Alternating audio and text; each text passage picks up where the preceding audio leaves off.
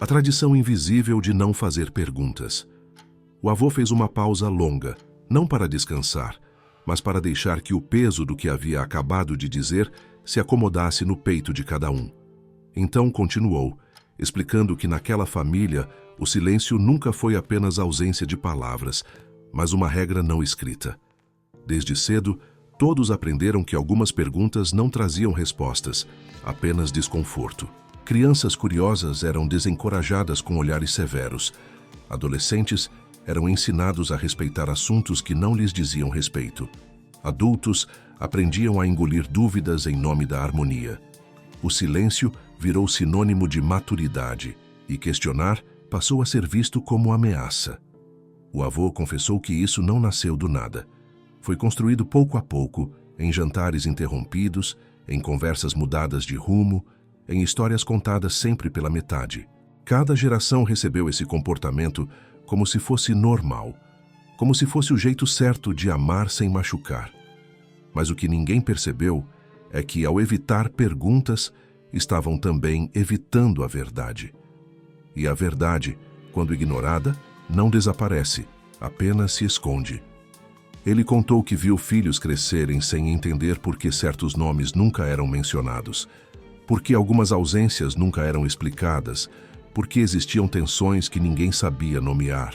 Falou sobre como esse hábito criou adultos inseguros, pessoas que sentiam que algo estava errado, mas não sabiam apontar o quê. O público começa a perceber que essa tradição não protegeu ninguém, apenas adiou o impacto. O avô admitiu que ele mesmo se beneficiou desse silêncio por muito tempo, usando-o como escudo para não encarar escolhas feitas no passado. Mas agora, perto do fim, entendia que cada pergunta não feita se transformou em um peso invisível carregado por filhos e netos. E então, ele revelou que tudo começou em um único dia, com uma decisão que parecia pequena demais para ser lembrada, mas grande o suficiente para mudar o rumo de várias vidas, preparando o terreno para a próxima revelação. O dia em que uma escolha pequena mudou destinos inteiros. O avô respirou de forma diferente antes de continuar, como se soubesse que dali em diante nada mais poderia ser tratado como detalhe. Ele disse que as grandes tragédias raramente começam com decisões grandiosas. Elas nascem em momentos comuns, dias iguais a tantos outros, quando alguém escolhe o caminho mais fácil, acreditando que ninguém será afetado. Naquele dia específico, que ele descreveu sem data para não suavizar o impacto, não havia gritos, não havia presságios, não havia sensação de perigo. Havia apenas pressa, conveniência e medo de enfrentar consequências imediatas. Ele contou que tinha diante de si duas opções claras. Uma exigia coragem, confronto e exposição. A outra exigia apenas silêncio. Ele escolheu o silêncio. Naquele momento, pareceu uma decisão prática, quase responsável. Disse a si mesmo que estava protegendo pessoas, evitando conflitos, mantendo a família unida. O problema é que aquela escolha não terminou naquele dia. Ela continuou se repetindo, se ramificando, se espalhando como uma rachadura invisível que só se revela quando a estrutura já está comprometida. O avô explicou que, a partir dali, cada passo seguinte foi influenciado por aquele primeiro desvio. Pessoas foram afastadas sem explicação. Oportunidades foram negadas sem motivo aparente. Histórias passaram a ser contadas de forma distorcida para sustentar uma versão confortável da realidade. Ele falou de noites em que acordava suando, lembrando do que poderia ter sido diferente, mas sempre encontrava uma desculpa para seguir em frente sem corrigir nada. O tempo passou e o erro deixou de parecer um erro. Virou rotina, virou passado enterrado, virou algo que ninguém mais questionava. Só que o preço começou a aparecer de outras formas. Um filho que cresceu ressentido sem saber por quê, uma filha que nunca se sentiu pertencente, netos carregando uma sensação constante de inadequação, como se algo estivesse fora do lugar desde sempre. O avô reconheceu que tentou compensar com carinho, com presentes, com conselhos, mas nada disso corrigia a origem do problema. Ele disse que é possível enganar os outros por muito tempo, mas o corpo e a consciência nunca esquecem. Cada gesto de afeto vinha acompanhado de culpa. Cada reunião de família tinha um desconforto que ninguém sabia explicar. O público entende que aquela escolha pequena não destruiu a família de uma vez, mas moldou lentamente quem cada um se tornou. O avô então admitiu que, se tivesse enfrentado a verdade naquele dia, muitas dores teriam sido evitadas. Mas o medo falou mais alto. E quando o medo decide, ele nunca decide sozinho. Ele arrasta gerações inteiras junto. Foi nesse ponto que o avô deixou escapar algo ainda mais perturbador. Ele disse que aquela escolha não apagou pessoas, apenas as empurrou para a margem da história. Pessoas que sempre estiveram ali, observando de longe, existindo nas sombras, sem jamais serem reconhecidas. E ao dizer isso, o ambiente mudou novamente, porque todos perceberam que havia presenças naquela família que nunca foram oficialmente admitidas, preparando o terreno para a revelação seguinte. As pessoas que sempre estiveram presentes, mas nunca existiram. O avô deixou o olhar vagar pela sala, como se procurasse alguém que não estava ali, ou talvez alguém que sempre esteve e nunca foi visto. Ele disse que algumas pessoas fazem parte de uma família sem jamais serem reconhecidas como tal. Não porque não existiram, mas porque foram empurradas para um lugar onde não incomodassem a história oficial. Contou que ao longo dos anos, certos nomes eram mencionados de forma vaga, quase como erros de linguagem. Alguém dizia um conhecido, outro corrigia para um parente distante, e logo o assunto mudava. Fotos antigas mostravam rostos parcialmente cortados, corpos fora de foco. Alguém sempre posicionado na borda da imagem como se não merecesse o centro. Essas presenças eram tratadas como ruído, como algo que não precisava ser explicado. O avô admitiu que ajudou a manter essas pessoas nesse estado de quase existência, não por ódio, mas por conveniência. Reconhecê-las exigiria explicar demais, reabrir decisões, admitir falhas que já tinham criado raízes profundas. Ele falou sobre encontros silenciosos, olhares cruzados que duravam menos de um segundo, visitas rápidas que nunca eram anunciadas oficialmente. Pessoas que sabiam de tudo, mas fingiam não saber de nada. Pessoas que carregaram a verdade sozinhas para preservar uma paz que nunca foi real. O público começa a entender que a história daquela família foi construída sobre exclusões cuidadosamente calculadas. O avô confessou que, com o tempo, passou a tratar essas pessoas como se realmente não existissem, como se ignorá-las fosse suficiente para apagá-las. Mas o corpo denunciava. O desconforto surgia sempre que um sobrenome era mencionado, sempre que alguém perguntava por que certos laços nunca eram aprofundados. Ele contou que houve momentos em que quase falou, quase corrigiu a narrativa, quase devolveu identidade a quem foi transformado em sombra. Mas sempre recuava, porque reconhecer alguém invisibilizado significa admitir que se foi injusto. E a injustiça, quando reconhecida, exige reparação. Essas pessoas, segundo o avô, cresceram à margem da história familiar, assistindo de fora às celebrações, conquistas e rituais que também lhes pertenciam. Algumas se afastaram por sobrevivência, outras permaneceram próximas demais para serem ignoradas, distantes demais para serem incluídas. O impacto disso atravessou gerações. Crianças sentiam afinidade inexplicável por estranhos. Adultos desenvolviam rejeições sem motivo aparente. Havia conexões emocionais que ninguém sabia justificar, e agora começavam a fazer sentido. O avô disse que o mais cruel não foi negar um lugar à mesa, mas negar o direito de existir plenamente. Ele reconheceu que histórias assim não desaparecem. Elas se infiltram no comportamento, nos relacionamentos, na forma como cada um se sente pertencente ou não ao mundo. Ao final desse trecho, ele deixou claro que essas presenças invisíveis não foram apenas vítimas de silêncio, mas de uma redistribuição injusta de afeto. Amor que deveria ter ido para um lugar foi desviado para outro. Cuidado que deveria ter sido dividido foi concentrado. E esse desvio criou vazios profundos que ninguém conseguiu preencher, abrindo espaço para a parte mais dolorosa da história, aquela em que o amor falhou em chegar onde mais era necessário. o afeto que nunca chegou onde deveria. O avô falou de amor como quem fala de algo que escorreu pelas mãos sem que ninguém percebesse. Disse que, naquela família, ninguém deixou de amar por falta de sentimento, mas por falta de direção. O afeto existia, era intenso, mas foi entregue às pessoas erradas, nos momentos errados, como uma tentativa inconsciente de compensar aquilo que não podia ser reparado. Ele explicou que quando se nega reconhecimento a alguém, também se desorganiza o fluxo do cuidado. Pais passam a amar em excesso uns filhos enquanto se tornam distantes de outros, não por preferência consciente, mas por culpa mal resolvida. Netos recebem atenção exagerada como forma de remendo emocional, enquanto outros crescem aprendendo a não esperar nada. O avô confessou que tentou equilibrar essa balança sem nunca tocar no problema real. Abraços mais longos, conselhos repetidos, promessas silenciosas de proteção, tudo isso servia como anestesia temporária.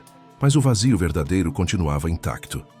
Ele descreveu como esse desvio afetivo criou adultos inseguros, pessoas que nunca se sentiram plenamente vistas, mesmo estando cercadas de gente. Falou de filhos que se tornaram duros demais para não sentir falta, de filhas que passaram a cuidar de todos para não encarar a própria carência. O público percebe que o afeto, quando não chega onde deveria, não desaparece. Ele se transforma em cobrança, em silêncio, em distância emocional.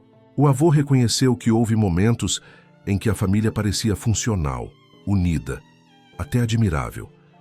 Mas por baixo dessa aparência, existia uma tensão constante, uma sensação coletiva de que algo estava sempre fora do lugar. Ele disse que ninguém ali era culpado por sentir de mais ou de menos. Todos estavam apenas reagindo a uma distribuição injusta de amor que começou muito antes deles. O mais doloroso, segundo ele, foi perceber tarde demais que algumas pessoas passaram a vida inteira esperando um gesto simples que nunca veio.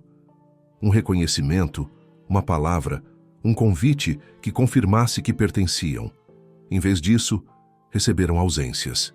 E essas ausências moldaram escolhas, relacionamentos e até a forma como cada um se enxergava. O avô falou que amor não declarado vira dúvida, e dúvida constante vira ferida. Ele assumiu que carregou essa culpa por anos, tentando se convencer de que estava fazendo o melhor possível. Mas agora entendia que amar sem verdade também machuca.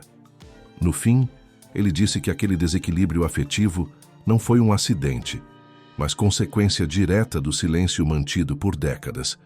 E então revelou que existia algo concreto, algo guardado longe dos olhos de todos, que explicava exatamente para onde esse amor deveria ter ido. Um objeto esquecido, mantido à margem como tantas pessoas, que guardava mais do que lembranças e que, ao ser revelado, mudaria tudo o que ainda parecia incerto. O objeto, que guardava mais do que memória. O avô demorou a continuar, não por emoção, mas porque sabia que, a partir daquele ponto, a história deixaria de ser apenas palavra. Ele disse que por muitos anos acreditou que, enquanto algo permanecesse escondido, o passado continuaria sob controle. Guardou o objeto longe do alcance dos olhos curiosos, em um lugar que ninguém tinha motivo para mexer. Não era um cofre sofisticado nem uma caixa chamativa. Era simples demais para despertar interesse, comum demais para levantar suspeitas. Justamente por isso, sobreviveu ao tempo. O avô explicou que aquele objeto não carregava apenas lembranças, carregava provas. Provas de que versões foram adaptadas, de que narrativas foram cuidadosamente editadas para manter uma ordem frágil. Ele contou que sempre que se aproximava daquele objeto, sentia o peso de tudo o que não teve coragem de dizer. Não era saudade que ele sentia, era responsabilidade. O objeto esteve presente em mudanças de casa, em limpezas apressadas, em reorganizações feitas sem atenção. Sempre escapava por pouco de ser jogado fora, como se o próprio destino insistisse em preservá-lo. O avô disse que sabia exatamente o que estava ali dentro, mas evitava olhar, porque olhar significava reconhecer que alguém foi injustiçado, que alguém foi apagado com intenção. Ele falou de noites em que pensou em destruir aquilo, rasgar, queimar, desaparecer com qualquer vestígio, mas nunca conseguiu. Havia um limite invisível que o impedia, uma consciência que lembrava que aquilo não lhe pertencia mais. O objeto era silencioso, mas exigente. Guardava datas, nomes, vínculos que nunca foram explicados. Cada vez que o avô passava por aquele lugar, sentia que estava sendo observado pelo passado. O público entende que aquele objeto não é apenas um elemento narrativo, mas um divisor de águas. Ele representa tudo o que foi empurrado para debaixo do tapete ao longo de décadas. O avô confessou que decidiu revelá-lo não por alívio pessoal, mas porque percebeu que o silêncio estava prestes a se repetir na geração seguinte. Alguém estava prestes a cometer o mesmo erro, a escolher o caminho mais fácil novamente, e ele não podia permitir isso. Ao trazer o objeto para a luz, o avô sabia que não estava apenas contando uma história, estava entregando uma verdade que teria peso real. Uma verdade que deixaria de ser abstrata, emocional, subjetiva. A partir dali, tudo ganharia forma, identidade e consequência. E foi nesse momento que ele afirmou que, quando a verdade ganha nome, ela não pode mais ser ignorada, preparando todos para o instante em que o segredo deixaria de ser uma sombra e se tornaria impossível de negar. Quando a verdade passa a ter peso e nome. O avô pediu que alguém se levantasse e colocasse o objeto sobre a mesa. O som seco ao tocar a madeira pareceu mais alto do que deveria, como se a casa inteira tivesse escutado. Ele disse que enquanto a verdade permanece apenas na memória de alguém, ela pode ser relativizada, distorcida, negada. Mas quando ganha forma, quando passa a ter nome, registro, materialidade, ela deixa de ser opinião e se torna realidade. Aquilo que estava ali não permitia mais versões alternativas. Não havia como suavizar, não havia como reinterpretar. O avô explicou que durante anos contou consigo mesmo que estava protegendo pessoas, mas na verdade estava protegendo uma história conveniente. A partir daquele instante, cada nome ali revelado reposicionava laços, desmontava certezas e reescrevia identidades. Ele falou de como algumas pessoas ali presentes perceberam em silêncio que sempre sentiram algo estranho, uma intuição persistente de que a própria história pessoal tinha lacunas grandes demais. Agora essas lacunas começavam a se encaixar de forma dolorosa, porém coerente. O avô observou rostos mudarem, posturas se alterarem, respirações ficarem mais curtas. Ninguém precisava dizer nada. A verdade não exige reação imediata. Ela exige assimilação. Ele disse que o mais difícil não era aceitar o que estava escrito, mas aceitar o que isso dizia sobre cada relação construída até ali. Algumas conexões eram mais profundas do que se imaginava. Outras eram sustentadas por enganos bem intencionados. A verdade trouxe peso, porque exigia responsabilidade. A partir daquele momento, ninguém poderia fingir que não sabia. Ele deixou claro que não esperava perdão nem compreensão. Esperava apenas que cada um assumisse sua parte no que viria depois. Porque verdades tardias não encerram histórias, elas inauguram consequências. O avô afirmou que o nome escrito ali não representava apenas alguém esquecido, mas todos que foram empurrados para fora da narrativa familiar. E então, ele alertou que o impacto mais difícil ainda não estava naquele instante, mas no que viria depois. No que cada um faria ao carregar uma verdade que não pediu para receber. Um legado pesado, desconfortável, que ninguém escolheu, mas que agora precisava ser enfrentado, abrindo caminho para a parte mais silenciosa e perturbadora da história. O legado que ninguém escolheu receber. O avô ficou em silêncio depois da revelação, como se soubesse que aquele não era mais o momento de falar, mas de deixar a verdade agir sozinha. Ele disse que existem heranças que não vêm em documentos nem em bens, mas em sentimentos que ninguém sabe onde colocar. Aquela verdade agora pertencia a todos, mesmo aqueles que jamais pediram para ouvi-la. Alguns ali sentiam raiva por terem vivido tanto tempo enganados. Outros sentiam culpa por perceber que, mesmo sem saber, participaram da exclusão de alguém. Havia também quem sentisse alívio, como se finalmente uma dor antiga tivesse ganhado explicação. O avô explicou que esse é o peso mais difícil de carregar. Saber que sua identidade foi moldada por algo que você nunca escolheu. Ele falou sobre como esse tipo de legado cria um conflito interno profundo. Parte da pessoa quer rejeitar tudo, fingir que nada foi dito, voltar para a vida confortável de antes. Outra parte entende que ignorar agora seria repetir exatamente o mesmo erro que trouxe todos até ali. Ele disse que verdades tardias colocam cada indivíduo diante de uma encruzilhada moral. Não existe neutralidade depois que se sabe. O público percebe que aquele legado não exige grandes gestos imediatos, mas escolhas diárias. Como tratar alguém que foi apagado. Como lidar com vínculos que se revelaram mais frágeis do que pareciam. Como continuar amando sem fingir que nada mudou. O avô confessou que essa foi a parte que mais o assombrou em vida. Saber que não estaria ali para ver o que fariam com aquilo. Que talvez alguns escolhessem o silêncio novamente. Que talvez outros quebrassem o ciclo. Ele disse que a verdade não transforma ninguém sozinha. Ela apenas oferece a chance. O que cada um faz com essa chance define se o legado será apenas dor ou também reparação. E então, com a voz quase serena, ele afirmou que aquela história não tinha sido contada para explicar o passado, mas para provocar uma decisão no presente. Porque a última parte daquela história não dizia respeito a ele, mas a quem teria coragem de não repetir o silêncio. A última história não era sobre o avô. O avô olhou para cada rosto como se estivesse se despedindo de algo maior do que a própria vida.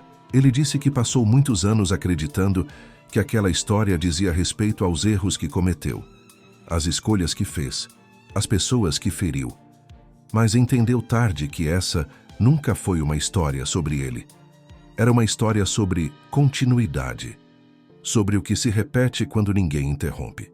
Ele explicou que o verdadeiro perigo não estava no que foi escondido no passado, mas na facilidade com que o silêncio pode se tornar hábito novamente.